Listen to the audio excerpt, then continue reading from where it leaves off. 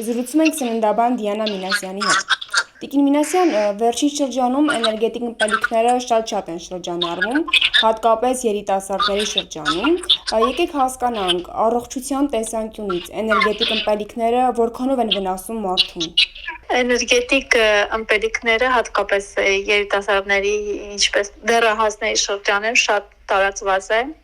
Վնասներն են, որ պարունակում են մեծ քանակությամբ կոֆեին, ինչը շատ վատ է անդրադառնում, բացի շաքարը պարունակում են կոֆեին, ինչը կարող է պատճառ դառնալ արագ սրտխփոսների, անքնության, լարվածության, նյարդային վիճակների, իսկ ավել շաքարներ, ավել քաշի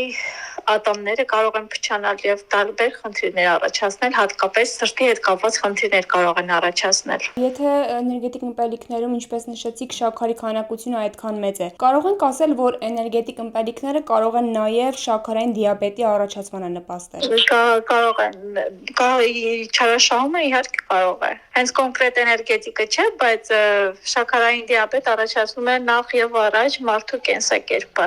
բայց եթե մարդը վարում է ոչ առողջ կենսակերպ եւ նաեւ օգտագործում է էներգետիկներ, ավելի մեծ հավանականություն կա, որ հենց ինքը կունենա շաքարային դիաբետ։ Էներգետիկ ըմպելիքները ինչպես են ազդում մարդու նյարդային համակարգի վրա։ Դարձնում են ավելի նյարդային, տագնապներն են շատանում, անքնություն,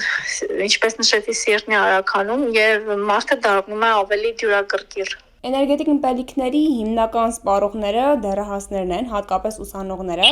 Նրանք այդ էներգետիկ ըմպելիքները օգտագործում են հատկապես քննական շրջանում։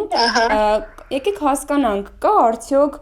էներգետիկ ըմպելիքի ավելի առողջ տարբերակ։ Էներգետիկ ըմպելիքի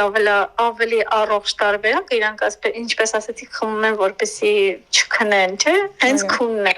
առողջ քունն է, թող սովորեն մինչև քննական շրջանը բոլոր առարկաները եւ միշտ աշխատեն լավ քնեն։ Իսկ եթե շատ այնպես ուզում են թարմանալ, կարող են ավելի լավ է խմեն կանաչ թեյ։ Իսկ սուրճ։ Սուրճ էլ կարելի է, բայց 2-3 բաժակ չարաշահել չի կարելի։ Ավելի լավ է դա քան էներգետիկները։ Իսկ եթե մարդը օրինակ խմում է ամսվա մեջ 1 անգամ, դա վտանգավոր է թե նորմայի սահմաններում է։ Դա նորմալ, ոչ վտանգավոր չէ, եթե սիստեմատիկ չի ամեն օր, չի, եթե կախում չունի, էներգետիկները կախում են նաև առաջացնում, եթե կախում չունի մարդը, մի անգամ դա ոչ մի բանի վրա էլ չի կարող ազդել։ Բայց չի կարելի էներգետիկները համատեղել ալկոհոլի հետ եւ ֆիզակտիվության հետ, որովհետեւ կարող է ինչպես է սրտի կանգել լինել։ Չես կարող ասես ինչպես կարող է ազդի։ Ինչ խորհուրդ կտաք այն մարդկանց, ովքեր էներգետիկ ըմպելիքներից շատ լուրջ կախվածություն ունեն, առանց էներգետիկի ոչ մի կերպ չեն կարողանում, բայց եւ ցանկանում են վերջ տալ այդ վնասակար սովորությանը, ինչից պետք է նրանք սկսեն։ Եթե իրանք ցանկանում են եկել են այդ գիտակցությանը, առաջին քայլը հենց գիտակցելն է, դե առաջնային կարող են հենց երբ են կարիքը զգում փոխարինել, երբ է կարիք զգում մարդը այդ էներգետիկները, երբ որ անքուն է, հոգնած է, այդ փորձի լրացնել այդ բացերը, այնուհետև շատ ժամանակ երբ մարդը ջրազրկված է, հիմա շոկ եղանակին, մարդուն կթվա, թե ինքը դրա կարիք սառըմպելիքի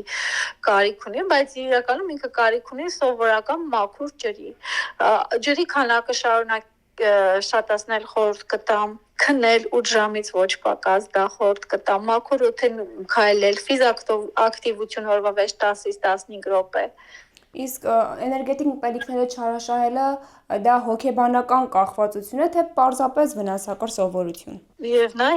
ետ նայած մարդը ինչպես է, երկուսն էլ։ Եվ վերջում ինչ եք կարծում, արդյոք պետք է եւ հնարավոր է պետական մակարդակով արգելել էներգետիկների ներմուծումը։ Այ շատ դժվար հարց եք տալի, որ ինձ չվերաբերվող էլի, այսպես ասած, որովհետեւ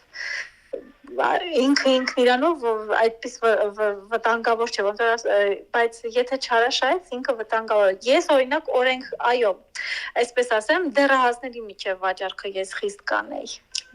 Դեռահասներին կարգել էի, որովհետեւ շատ խիստ խնդիր է դա։ Ինչ որ մի դա պետական մակարդակով, որ դեռահասներին հեռու պահին։